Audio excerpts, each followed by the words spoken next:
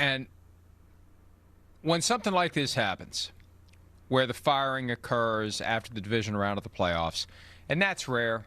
John Fox got fired by John Elway in Denver after the 2014 divisional round loss to the Indianapolis Colts a year after the Broncos had made it to the Super Bowl. John Elway thought they weren't going kicking and screaming out of the postseason. He wanted to see more then. They made the change. They won the Super Bowl with Gary Kubiak. So that ended up being an example of bringing in a new coach and everything works out. But you wonder if the coach feels it coming. And I look back at some of the comments from after the loss in Denver by the Bills. We played Sean McDermott at the top talking about injuries. That's code for don't blame me. I'm not saying that he was trying to do that, but he talked about injuries, and we know about the injuries. They've had plenty of injuries. They had 6 days to turn it around after they beat the Jaguars, and Josh Allen has a cocktail of injuries. But it helps explain Sean McDermott spending so much time after the game talking about the controversial interception call in overtime that took away what would have been field position close enough to kick a field goal and win the game. And then he calls a reporter from the plane after that to talk about it some more, risking a fine. I think he may have known it was coming. And you look at Josh Allen, how emotional he was after the game. I wonder if he knew what the real price of this loss was going to be. But I got to give Sean McDermott credit. You know, character's something that I don't think there's enough of nowadays for a variety of reasons. But if McDermott knew he was in trouble, he never hinted that there was an issue with talent, directly or indirectly. There hasn't been any report, and you can tell when the fingerprints of a source are on a report. You know, well, in Buffalo, there's questions about the future of the coaching staff, but sources say whatever, they don't have enough talent. He hasn't done any of that, or hadn't, as the case may be, because it's not relevant anymore. But I give Sean McDermott a lot of credit, or maybe he just knew. Maybe he already knew. You know what? This one's stacked against me. And if it comes out that I directly or indirectly say anything about the talent of the team, it's going to make it harder to stay because Brandon Beane's going to think I'm trying to blame him. And it may be that all along Brandon Beane's had higher standing in the organization than Sean McDermott. I think that the coach and GM should be equal partners with direct report to ownership. In some places, it's the old model. GM is here, coach is here. Now, in some places, coach is here, and GM is just a title. It doesn't have the same power. It should be like this. Yeah. Coach, GM, and a properly functioning organization makes it clear. Don't even bother to try to blame the guy that finds the players. And to that guy, don't even bother to try to blame the coach. You fellas make it work, or you're both going to be looking for jobs. And I think that wording is a unique way of saying it. I think it has to be that, like, not, hey, we brought him in here because that's your buddy. No, like, figure it out and find a way to be lock in step of doing that. And I do now, like, you sit here and you're thinking about it, I do wonder, like, how does Stephon Diggs' situation is seen from an organizational standpoint? Like, hey, we don't have the receivers, and, you know, when we used to play against them, it was Cole Beasley, it was John Brown, it was these kind of, I don't want to call them journeymen, but they were good receivers in different places. And it was like, okay, we're going to bring these guys in. Next thing you know, Josh Allen takes off, and you're seeing kind of career years out of these players, and they're playing at a high level. And the thought right away went to, well, what if they had a top-tier guy instead of just good receivers? And they go get Stephon Diggs, and the numbers are out of control, and they're doing – but they don't win. They don't win the big game. And I look at that, and I'm like, man, I do wonder how that reflects on the staff, because obviously we're still watching Stephon Diggs play at a high level. And I do wonder if that was seen as, hey, this was the missing piece. We went and got Stephon Diggs.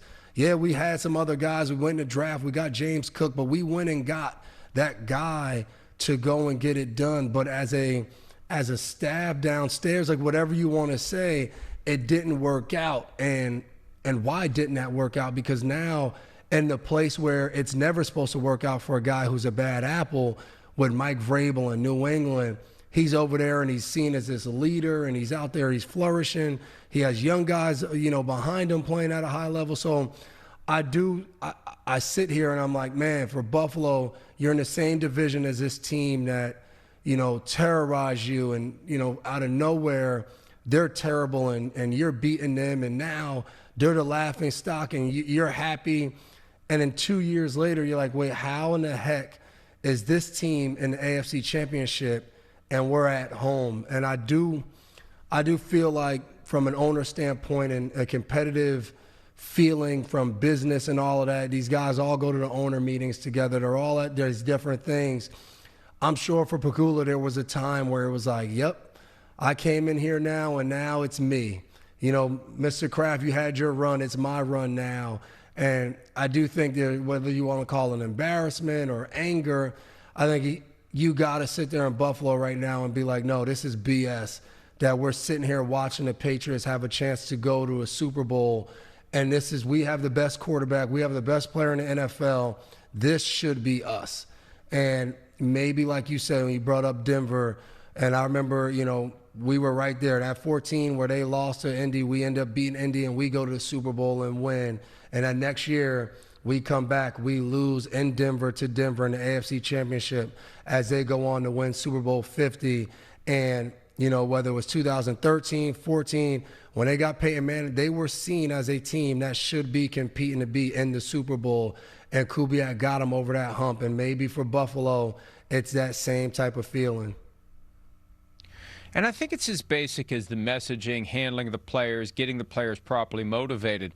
I don't know if you and I have ever talked about this, Devin, but the late Demaryius Thomas, who was with that Broncos team in 2013, he was at Radio Row at the Super Bowl the week before you guys played the Seahawks in Super Bowl 49. And we talked about the Colts-Broncos divisional round game and, like, what happened. How did you lose to the Colts in the divisional round? And he said there were guys on the team that didn't want to go to New England the next week and get their asses kicked. So they checked out 1 week early, and they got what they wanted. They didn't go to New England to get their asses kicked. But when you hear that, like, that's on the coach. That mindset even existed in the locker room. That there were guys that are thinking, we're just going to lose to New England anyway. Screw that. I don't want to fly to New England and play in a cold weather game and watch Tom Brady throwing the ball all over the place and then have to get in the plane and fly home. Screw that. So, okay, fine. You got what you wanted. With Diggs, that's a great point. Because that's a tangible way for Brandon Beane to say, you know what? We had this guy. This guy became available. He wanted out of Minnesota. We got it done. We brought him in. And somebody failed to make it work. Somebody failed to keep him happy. Somebody failed to get through to Stephon Diggs the way that Mike Vrabel's getting through to him now. Look, the counter to that may be first year, best behavior. Second year, third year, let's see.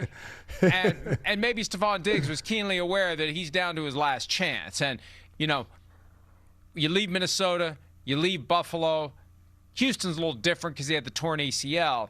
But at some point, I mean, it's the old saying, and I won't say the word that I'd like to say, but if you run into a butthole in the morning, you ran into a butthole. If you run into buttholes all day long, you are the butthole. And, it can't just be, oh, they screwed me here and they treated me like this, and then they screwed me here and they screwed me here and they treat me like. If you're bouncing around like that, at some point it's you. And I think Stephon Diggs is mature enough to understand that. So I don't know that anybody could have gotten through to Stephon Diggs in Buffalo a few years ago, but I think that becomes part of it now. That becomes part of the argument that Brandon Beane's whispering to Terry Pagula or talking to him about in a meeting room while the coach is trying to figure out what the hell we're going to do next. So, on the day after the Bills lose, the Patriots are advancing with Stephon Diggs on the team. So those are all valid points. And look, at the end of the day, half measure. And now Brandon Beane is going to go forward with full power. Hi, it's Mike Florio. Thanks for watching PFT on YouTube. Hit subscribe for the latest news and analysis from Pro Football Talk.